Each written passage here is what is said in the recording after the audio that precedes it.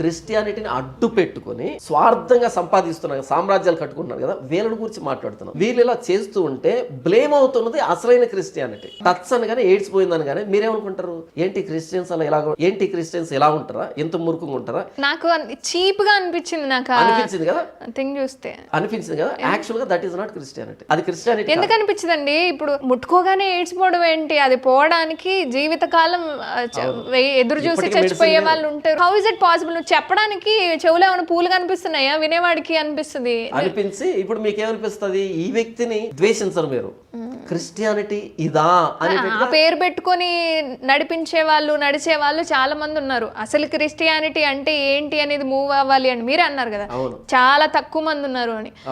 ఎవరైతే ఈ మాటలు చెప్తారో ఈ వీళ్ళని ఫాలో అయ్యే వాళ్ళే ఎక్కువ మంది ఉంటారు. సో అదే మేము క్రిస్టియానిటీ అనుకుంటారు. ఇప్పుడు నష్టం జరుగుతుంది క్రిస్టియానిటీ, కానీ లాభం వస్తున్నది సో కాల్డ్ పాస్టర్స్ గా పిలువబడుతున్న వీళ్ళకి లాభం వస్తుంది.